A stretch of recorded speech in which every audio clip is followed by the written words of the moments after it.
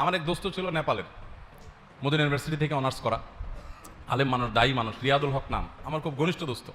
সৌদিতে একসাথে ছিলাম। তো তার বাসায় একবার বেড়াইতে গেছি, খাবার টাবার রান্না করছে। তারা তো ইন্ডিয়ানরা বা নেপালি, তারা আমাদের মতো বাঙালিদের মতো 10 পদ করতে অভ্যস্ত না, এক পদ বিরিয়ানি বা কিছু সিম্পল। তাড়াতাড়ি খাবার দিয়ে দিয়েছে, আমরা বসে গেছি।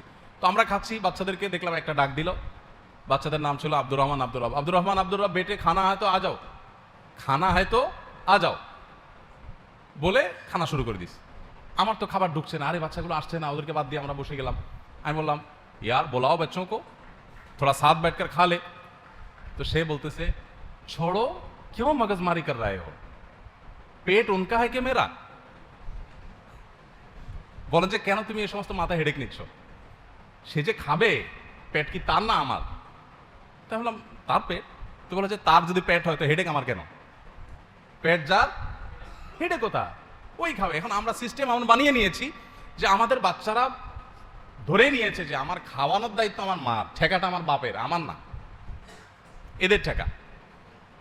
তো যার কারণে বাচ্চারা শিখে না।